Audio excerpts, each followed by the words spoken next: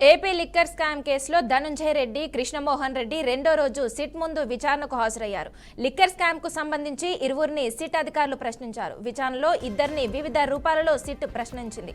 అయితే సరైన సమాధానాలు చెప్పకుండా సిట్ అధికారులకే ఎదురు ప్రశ్నలు సంధించారు.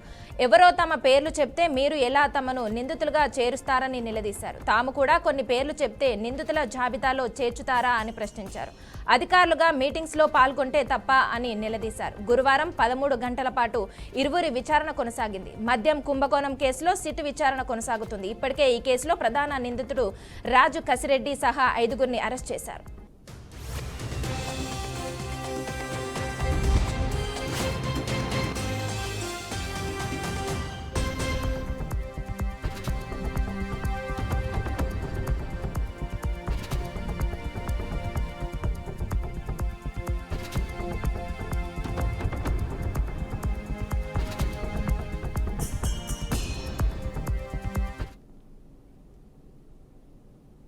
నేడు సీఎం రేవంత్ తో నాగర్ కర్నూల్ పార్లమెంట్ ఎమ్మెల్యేలతో సాయంత్రం భేటీ కానున్నారు. పార్లమెంట్ నియోజకవర్గాల వారీగా ఎమ్మెల్యేలతో సీఎం సమావేశం జరపనున్నారు. గతంలో మహబూబ్ నగర్ పార్లమెంట్ ఎమ్మెల్యేలతో సీఎం భేటీ అయ్యారు.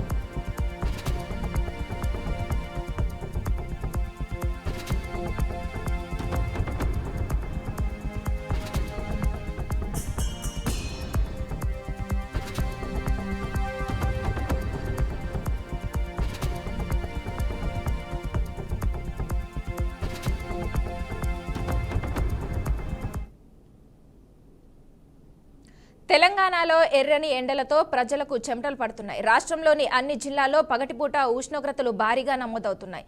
ఈ ఎండల నుండి ఉపశమనం లభించేలా అప్పుడప్పుడు వర్షాలు కూడా పడడంతో పంజలు ఊపిరి పీల్చుకుంటాను. కామారెడ్డి, సంగారెడ్డి, మెదక్, యాదాద్రి, సిద్దిపేట, రంగారెడ్డి, జనగాం, హన్మకొండలో అక్కడక్కడ తీవ్రమైన తుఫాన్లు వచ్చే అవకాశం ఉందని పేర్కొన్నారు. అంతేకాకుండా నిజామాబాద్, కరీంనగర్, వికారాబాద్లో తీవ్రమైన తుఫాన్లు వచ్చే అవకాశం ఉందని తెలిపారు.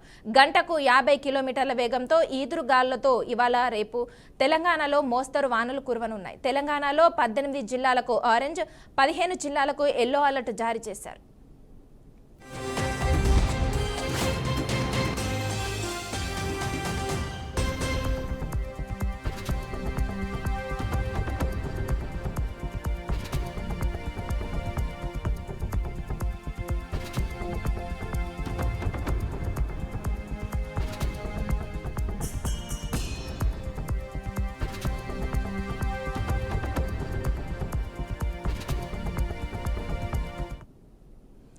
తెలంగాణలో ఎర్రని ఎండలతో ప్రజలకు చెమటలు పడుతున్నాయి. రాష్ట్రంలోని అన్ని జిల్లాల్లో పగటిపూట ఉష్ణోగ్రతలు భారీగా నమోదవుతున్నాయి. ఇక ఇదే అంశానికి సంబంధించి మా ప్రతినిధి బాసిత్ అందిస్తారు. బాసిత్ చెప్పండి. మానస, తెలంగాణతో పాటు ఆంధ్ర రాష్ట్రాల్లో ఓవైపు ఎండలు, మరోవైపు వర్షం తెలుగు రాష్ట్రాలను హడలెత్తిస్తున్నాయి. రికార్డు స్థాయిలో ఉష్ణోగ్రతలు ఉక్కుపతతో పెరుగుతుంది. దంచి కొడుతున్న వానలు తెలుగు రాష్ట్రాలను వణికిస్తున్నాయి. అప్పుడప్పుడు మాడపగిలిన ఎండ వస్తున్నా అంతలోనే మబ్బులు కమ్మేసి వర్షం పడుతుంది. పొద్దంతా రాత్రి వాన దంచి కొట్టుతుంది. హైదరాబాద్ వ్యాప్తంగా అనేక చోట్ల భారీ వర్షం కురిసింది. Banjara hills, Jubilee hills, Kukatpally, Miyapur లో వర్షం బీభత్సం సృష్టించింది. ఉప్పొంగిన వరదలతో ఎక్కడికక్కడ ట్రాఫిక్ కూడా జామ్ జరిగింది. కూకట్పల్లి, కేపీహెచ్బి కాలనీ, మియాపూర్, కొండాపూర్ గాలుల ధాటికి చెట్లు విరిగిపడ్డాయి. వరదతో మ్యాన్ హౌస్ ఉప్పొంగాయి. ట్రాఫిక్ జామ్, వాహనదారులకు చుక్కలు కనిపించాయి. ఈ విధంగా చూస్తుంటే హైదరాబాద్ తో పాటు గద్వాల, మల్కాజ్గిరి, నల్గొండ, సంగారెడ్డి, వికారాబాద్ లో మోస్తారు నుంచి భారీ వర్షాలు పడే అవకాశం ఉందని వాతావరణ శాఖ పేర్కొంది. గాలుల ప్రభావం కూడా అధికంగా ఉండే అవకాశం ఉందని చెప్పి వాతావరణ శాఖ ప్రకటించింది. అటు ఏపీలోనూ గాలివాన బీభత్సం సృష్టించింది. శ్రీకాకుళంలో గాలులు దాటికి అనేక చోట్ల చెట్లు విరిగి విద్యుత్ స్తంభాలు కూడా కూలాయి. కరెంటు స్తంభాలు విరిగి పడి విద్యుత్ సరఫరా కూడా అంతరాయం కలిగింది.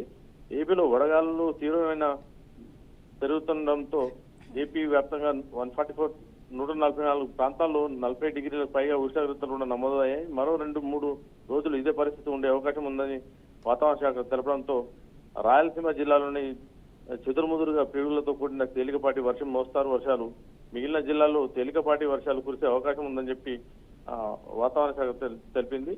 ఈ తెలంగాణ రాష్ట్రంలో కొనసాగుతున్న ఉత్తర దక్షిణ ద్రోణి బలహీనపడింది. రాగల 3 రోజులు కూడా తేలికపాటి నుండి మోస్తారు వర్షాలు కురిసే అవకాశం ఉందని తెలిపింది. తెలంగాణలో ఎండ తీవ్రత పెరిగే అవకాశం ఉంది. పగటిపూట 36 నుంచి 40 డిగ్రీల వరకు కూడా ఉష్ణోగ్రత ఉన్నప్పటికీ సాయంత్రం అయ్యేసరికి ఉరుములు మెరుపులతో తేలికపాటి నుండి మోస్తారు వర్షాలు కురిసే అవకాశం ఉందని చెప్పి వాతావరణ శాఖ తెలపడం జరిగింది. ఇక అంచనా ప్రకారం అయితే ఋతుపవనాలు మే 20న కేరళ రాష్ట్రాన్ని తాకే అవకాశం ఉందని నైరుతి ఋతుపవనాలు ప్రభావంతో ఈ సంవత్సరం సాధారణ స్థాయి కంటే ఎక్కువ వర్షపాతం ఎక్కువగా ఉండే అవకాశం ఉందని వాతావరణ శాఖ తెలిపింది. Manasa. Okay, thank you Basit.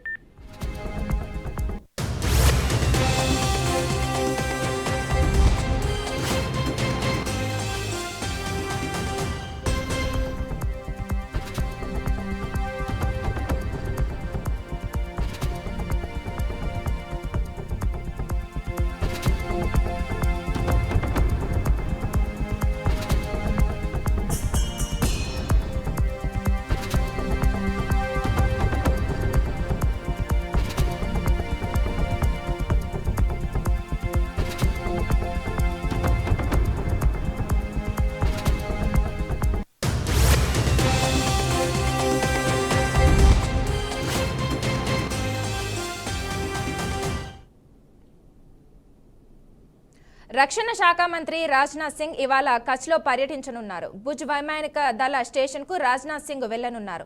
Naliya వైమానిక స్థావరంలో భేటీకి ఆయన హాజరు కానున్నారు. దీనిలో భాగంగా అంతర్జాతీయ సరిహద్దు భద్రతను సమీక్షించనున్నారు.